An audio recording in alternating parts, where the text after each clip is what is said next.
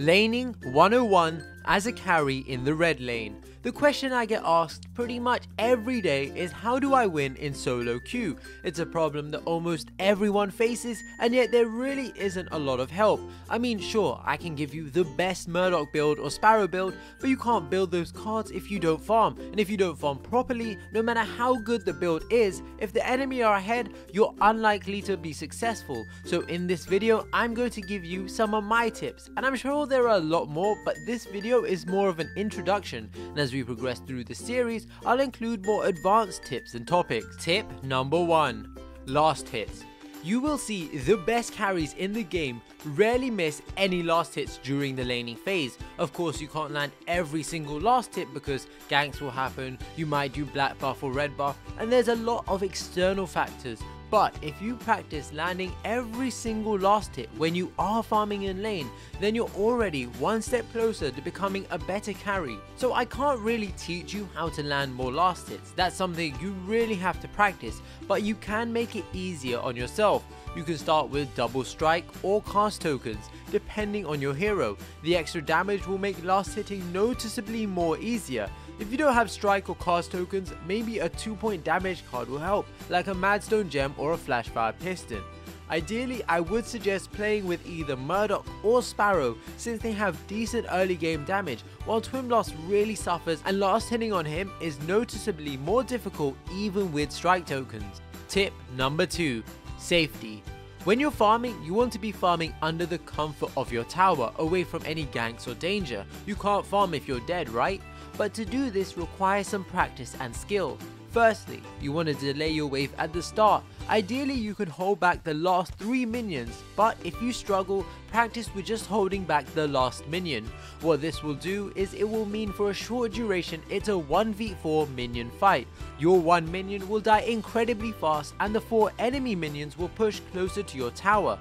From this point on, if you land only last hits, your wave will likely just sit where it is, only fluctuating a little bit. If the enemy carry in your lane doesn't last hit but continually pushes the wave, then you can let him push to your tower and begin farming. It's important that you don't let him push into your tower, as this can often reset the wave. Remember, your tower is like another hero, he's also doing damage to the minions, so now you have an extra man, the wave will push away from your tower.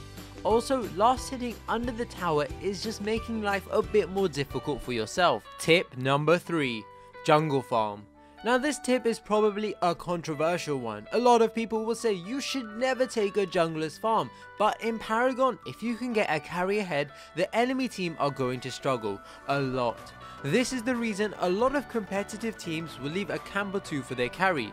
Now that doesn't just mean you ignore your lane and go into the jungle and take camps. Far from it. The camps are there for that downtime in lane, where the wave is pushed up to the enemy tower and you deem it unsafe to farm there, and so you go to the jungle, grab some camps and then head back to the lane when the wave is pushing towards your tower. Ideally, you want to be grabbing tier 2 or 3 camps only. Remember that as well as camps, you can also take the black buff and red buff. The black buff is always more beneficial on a ranged hero, and you can also give it to your support if you feel you can't take any towers just yet. Maybe they can use it to destroy your red lane harvester if the enemy team have captured it. The red buff is almost exclusively for the carry. In my 5-stack games, we let our jungler take it at the start, but after that it is always for the carry. The damage increase benefits them more, and the movement speed on hit helps them in team fights massively. Also remember that the enemy jungle is also yours for the taking. If you get a pick and it is safe to do so, you can take the enemy's jungle. Generally, if you kill the carry support or the jungler, it is pretty safe to do the enemy's white camps because they can't contest it simply due to numbers. So there we have it, 3 basic tips to help you get started on your road to becoming a better carry.